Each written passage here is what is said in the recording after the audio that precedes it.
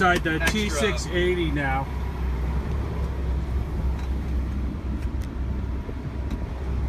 That's trucker lifestyle for you. Everything for the road. We got everything.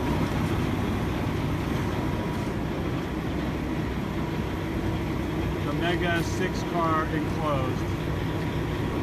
All right, so how a lot of people want to know how trucks determine what loads they're going to take out of an area. So what are the top reasons or top ways you determine what cars you're going to take out of the area? Because I'm always telling people online, the broker who's posting it, the amount of money it's paying, and then if it's COD or not are pretty big. But COD is pretty important.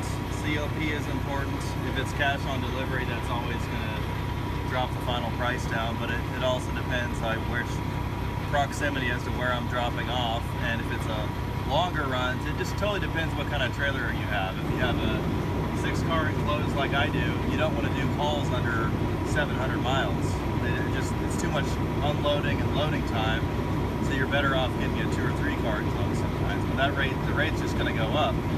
So sometimes it's cheaper to go coast to coast than it is, say, well, that's why we always see the like 2-car trailers doing the shorter trips. They do short stuff and they make good money. They make $1.20 a mile, and 6-car. But the customer's going to end up paying more money if they're in, say, Enterprise, Alabama versus Nashville, Tennessee. Right. So if it's a major city, that's a huge determination too as to how much they're going to pay, and location and time of the year. So now, what about the broker? Season, is the broker ever going to have a factor on if you take it versus? Would you take a lower price from one broker versus a higher price from another? Well, that just depends on their feedback on Central and if it's COD or not. So I don't really have any allegiances to any brokers. I prefer COD. I don't like to work with their billing terms when it's 5-10 day pay and they're taking 5% to ACH it versus sending a company check in the mail. Some of these brokers operate like they're in the Stone Age. And of course, some of them try to not pay at all. Right. I mean, the bigger brokers pay. They wouldn't be around if they didn't pay, but they just take a lot longer sometimes. And there's a lot more paperwork. There's a lot more hand holding and babysitting with some of the bigger brokers too. They like to breathe down your neck as you're going down. I like to do customer to interaction with me personally. I don't like to talk to the broker and the broker talk to the customer. It's just too many interactions. But we already know that a lot of the big brokers will definitely do 30-day, 60-day. So if there's a COD versus a Montway load for 15-day pay, someone's going to take the COD load for $200 less. Yeah, $200. They'll save quite a bit of money on COD. Yeah. The amount of hoops you have to jump through with some of the brokers is pretty ridiculous, wouldn't you say? Yeah, I would say so. I mean, you're just going to get your car moved a lot quicker if it's COD too, especially this time of the year now. And depending on if it's snowbird season or not, like you're going to have your car moved a lot quicker going north to south right now than south to north. So if you're trying to move out of Florida during snowbird season. Now, another question people ask all the time is why can people not book directly with the trucks? Why is that difficult with the trucks? Because a lot of truckers don't have websites.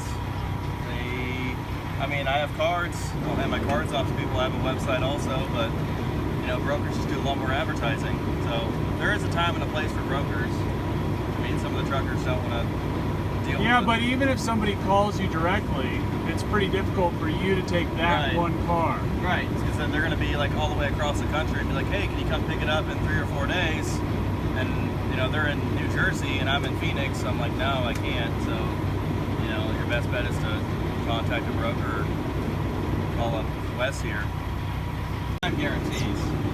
Okay, so there's no way a broker is going to be able to guarantee, unless you're paying a ton of money for it, you're using a guy that has 2020 truck, 2020 trailer, nothing ever breaks down. Like, you can't really guarantee a time. But the brokers will still promise all that. They'll promise you that, yeah, for sure. And then, of course, they have no ability to deliver on any of those promises. Some of them can't. You know, I mean, it depends on where the car is at too.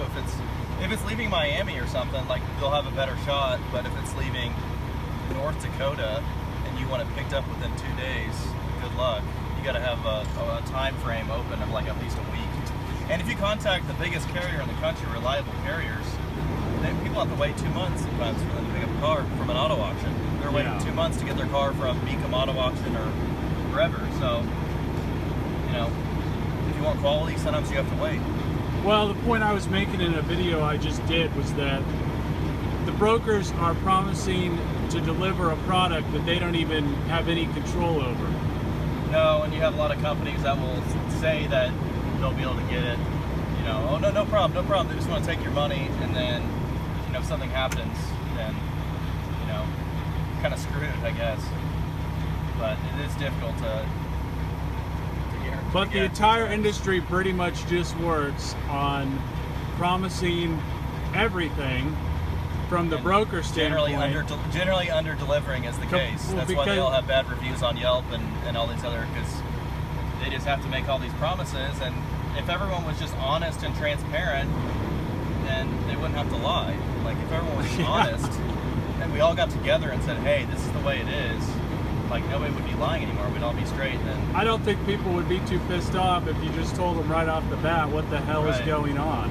Yeah, exactly. We're not like, see, car hauling is not like FedEx. There's not, you know, 6,000 trucks going coast to coast across the country. It's not like that. So if the truck breaks down with FedEx, they have another truck dispatched that goes and gets it, and the load just keeps on rolling. If a truck breaks down and hauling your car, you know, they don't have backup trucks waiting on standby to come pick it up and move it. You have to wait like 2 or 3 days to get the truck fixed.